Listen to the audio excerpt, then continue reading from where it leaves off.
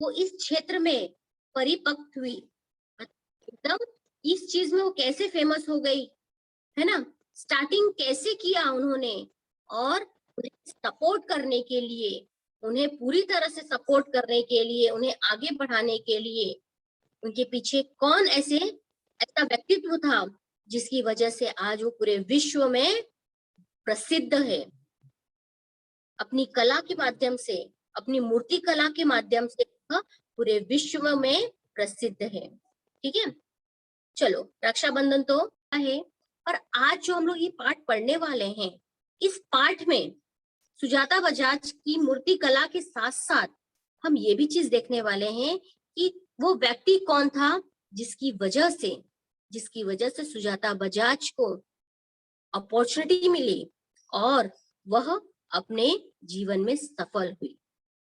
ठीक है, और वो जो व्यक्ति था जिसकी वजह से वो इतनी सफल हुई, वो व्यक्ति का नेचर कैसा है, ये सारी चीज हम लोग आज इस पाठ में देखने वाले हैं। ठीक है, तो ये पाठ पूरी तरह से संस्मरण पर आधारित है। संस्मरण यानी किसी को याद करके कुछ लिखना, वो संस्मरण कहलाता है। ठीक है, संस्मरण हम कैसे लिखते हैं, जो चीज बीत चुकी है, अच्छे पल बुरे पल, है ना, जब एक झटके में हमें कुछ चीज याद आती है तो हम अपने अतीत में खो जाते हैं। ठीक है, ये तभी होता है जब कुछ ऐसा इंसिडेंट हमारे सामने घटता है और उसकी वजह से हम जब सोच में पड़ जाते हैं तो हम अपने अतीत में चले जाते हैं। अतीत में जाना मतलब सोचना।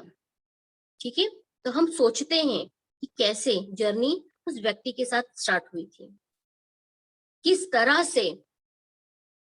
से वो व्यक्ति ने सुजाता बजाज को आगे बढ़ाया, और तो और किस तरह से सुजाता बजाज को प्रोत्साहित किए। ये सारी चीज मात्र सिर्फ एक घटना की वजह से लेखिका सब याद करती है और एक अच्छा संस्मरण हमारे सामने रखती है। ठीक है, तो यहाँ तक सब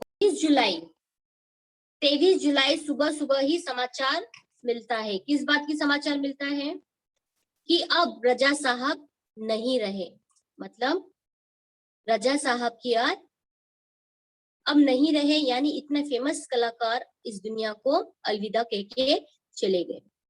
बस ये बात सुनना ही मात्र था कि मानो मानस पटल पर यादों की एक कतार सी लग गई। ऐसा व्यक्ति जिसकी वजह से लेखिका अपने जीवन में सफल होती है, जब ये बात सुन लेती है कि वह व्यक्ति जिसने आज उसके जीवन को सफल बनाया, उसे जीवन में इतने अच्छे अपॉर्चुनिटी हाथ दिलवाई, वो व्यक्ति ही इस दुनिया में नहीं रहा, तो वो झटके से बैठ जाती है और उस व्यक्ति द्वारा जो भी पल गुजारी होती है वह चीज वो याद करने लगती है, वो हर एक बातें याद करने लगती है। इस चीज के लिए कहा गया है मानस पटल पर यादों की एक कतार सी लग गई। पिछले फरवरी की ही बात थी कि मैं दिल्ली पहुंची थी अपनी गणपति प्रदर्शन के लिए, मतलब गणेश मूर्ति, जो भी वो मूर्तियां बना रही थी, ठीक है, उसका प्रदर्शन एग्जीबिशन के लिए वह दिल्ली पहुंची थी। उसने सोचा था कि एग्जीबिशन के, क्योंकि हर एक एग्जीबिशन में रजा साहब सुजाता बजाज को मोटिवेट करने के लिए, से उसकी हिम्मत बढ़ाने के लिए वो हर एक प्रदर्शन में सम्मिलित होते थे। वो सोच रही थी कि रजा साहब शायद अपनी व्हील चेयर पर मेरी प्रदर्शनी के उद्घाटन के अवसर पर आ जाएंगे, पर उस रात कुछ अनहोनी सी हुई। उस रात रजा साहब सपने में आए, मुझे उठाया, हमने बातें की, शो के लिए मुझे उन्होंने शुभकामनाएं दी और कहने लगे, सुजाता एक बार मुझसे मिलने आ जाओ, अब मैं जाने वाला हूँ। इस तरह से सुजाता बजाज स्वप्न देखती थी, क्योंकि जो पिछले फरवरी दिल्ली में जो मूर्ति का एग्जीबिशन रखा गया था उसमें रजा साहब नहीं आ पाए। क्यों नहीं आ पाए? क्योंकि वो बीमार थे। जैसा जैसा मनुष्य बढ़ता जाता है उस तरह से उसका बुढ़ापा आ जाता है, और बुढ़ापा की जो स्टेज होती है उसमें कई तरह की तकलीफ शरीर में होती है। तो वो व्हील चेयर पर बैठकर शायद इस तरह से वो सोचती है सुजाता बजाज की वो जरूर आएंगे, क्योंकि एक भी शो वह उन्होंने नहीं, पर शरीर ने साथ नहीं दिया और वो उस समय पहुंच नहीं पाया।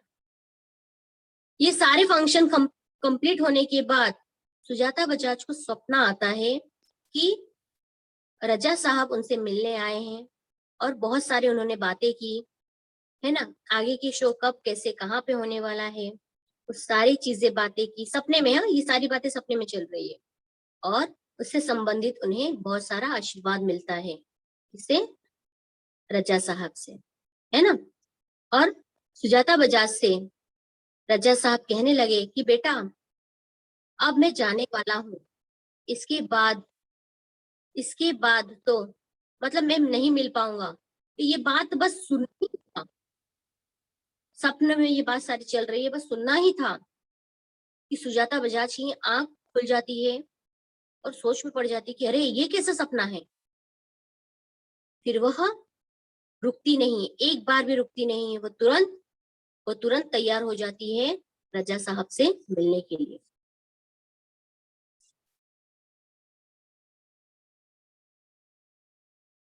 तो सुजाता बजाज रजा साहब से मिलने के लिए हॉस्पिटल पहुंचती है और वह देखती है कि वे अस्पताल में शून्य की तरह लेटे हुए थे, कोई हलचल नहीं था, कोई हलचल नहीं था। फिर वह रजा साहब के करीब जाती है, उनके हाथ को छूती है, मात्र सिर्फ सांस चल रही थी, अलविदा कहकर लौट आई। इतना देखकर उन्हें थोड़ा सा संतोष हुआ, बीमार है, ये आशा थी कि अच्छे हॉस्पिटल में है, दवा पानी होने के बाद वो ठीक हो जाएंगे। तो उनसे भेंट करके मिलकर मैं उनसे विदा लेकर घर आई। रजा साहब के बारे में अब विस्तृत रूप से यहाँ पर लेखिका कहती है कि रजा साहब अपने धर्म के साथ साथ उतने ही हिंदू और ईसाई भी थे। उनके स्टूडियो में गणेश गणपति की मूर्ति, क्रॉस, बाइबल, गीता, कुरान, उनकी माँ का एक फोटो, गांधी जी की आत्मकथा, वो भारत से लाई हुई मोगरे की कुछ सूखी मालाएं अब एक साथ रखा देखा था। कहाँ पर देखा था? उनके स्टूडियो में। ठीक है। फिर उसके बाद वे गणेश जी को भी पूछते थे और हर रविवार को सुबह चर्च भी जाते थे। एक दिन जहांगीर आर्ट गैलरी में प्रदर्शनी देखते हुए किसी ने कहा, अरे यह तो एस एस एच रजा है। मैं एकदम सावधान हो गई। अब इस पैराग्राफ में सुजाता बजाज जी बताती हैं कि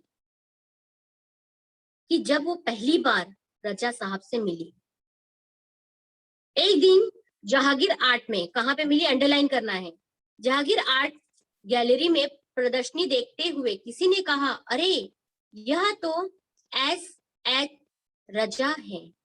मैं एकदम सावधान हो गई क्योंकि मेरी सूची में उनका भी नाम था,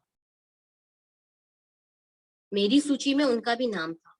क्योंकि सुजाता बजाज चित्रकला और मूर्तिकला के क्षेत्र में आगे बढ़ना चाहती थी, उसी में अपना भविष्य बनाना चाहती थी। तो जो भी फेमस व्यक्ति थे, जो उस फील्ड में फेमस है, उन सभी का नाम सुजाता बजाज ने लिख के रखा था कि वो किस तरह से अपने जीवन में सफल हुए, है ना, उनका सीक्रेट क्या था, उन्हें कैसे कैसे अपॉर्चुनिटी मिली और किस तरह से वो अपने जीवन में सफल हुए।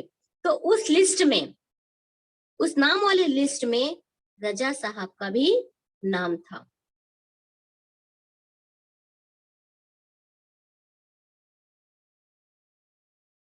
ठीक है। तो वो सावधानी से हुई, सावधान हो गई और सोचने लगी कि हाँ, इनका भी नाम मेरे वो लिस्ट में था। मैंने उनके पास जाकर कहा, रजा साहब आपसे बात करनी है। वे देखते ही रह गए। उन्होंने मुझे इंटरव्यू दिया, बहुत सारी बातें हुई। फर्स्ट टाइम सुजाता बजाज ने रजा साहब से कहाँ पर बात किया, तो यहाँ पर आपको उस पैराग्राफ पे अंडरलाइन करके रखना है, जहांगीर आर्ट गैलरी में, जहाँ पे प्रदर्शनी का कार्य एग्जीबिशन लगा हुआ था। वे देखते ही रह गए, उन्होंने मुझे इंटरव्यू दिया, बहुत सारी बातें हुई। अचानक मुझसे पूछने लगे कि आप और क्या क्या करती हैं। मैंने कहा, मैं कलाकार हूँ, पेंट करती हूँ। वे तुरंत खड़े हो गए और कहने लगे, चलो तुम्हारा काम देखते हैं। पहली मुलाकात में रजा साहब से वो बातचीत करती हैं और बातचीत करने के बाद रजा साहब उनके काम के बारे में पूछते हैं। वो बताती है कि मैं क्या क्या काम करती हूँ, क्योंकि वो कलाकार है और वो पेंट करना बहुत अच्छी तरह से जानती है। और वह तुरंत खड़े हो जाते हैं उनके काम को देखने के लिए। चलो तुम्हारा काम देखा जाए। इस तरह से रजा साहब सुजाता बजाज जी को कहते हैं। तो यहाँ पर एक वाक्य किसने किससे कहा करके प्रश्न पूछे जा सकते हैं, तो यह पर अंडरलाइन करना है जो ब्रैकेट वाले हैं। मैं सोच में पड़ गई, मेरा काम तो पुणे में है। उन्हें बताया तो वे बोले, चलो पुणे। वो सोच में पड़ गई थी कि सारा काम तो मैंने पुणे में रखा, क्योंकि पुणे में वो रहती थी। तो जैसे ही वो बताती हैं, तो रजा साहब पुणे जाने के लिए तैयार हो जाते हैं। आज ताज होटल के सामने से हमने टैक्सी ली और सीधे पुणे पहुंचे। उन्होंने मेरा काम देखा और फिर कहा, आपको पेरिस आना है, आपका भविष्य बहुत उज्जवल है। इस तरह से रजा साहब सुजाता बजाज को प्रोत्साहित करते हैं और अपॉर्चुनिटी देते हैं कि आपका जो भविष्य है बहुत ही उज्जवल है। ठीक है, छोटी से छोटी बात भी उनके लिए महत्वपूर्ण हुआ करती थी। बड़ी तन्मयता और लग्न के साथ करते थे सब कुछ। पेंटिंग बिकने के बाद पैकिंग में भी उनकी रुचि हुआ करती थी। कोई इस काम में मदद करना चाहता तो मना कर देते थे, किसी को हाथ नहीं लगाने देते थे। क्यों नहीं लगाने देते थे? क्योंकि उन्हें अपने काम से बहुत प्रिय है। वो नहीं चाहते थे कि उनका काम कोई और करे। किसी को हाथ नहीं लगाने देते थे। बड़े करीने से धैर्य के साथ वे पैकिंग करते थे। कहते थे, लड़की ससुराल जा रही है। ठीक है, तो यहाँ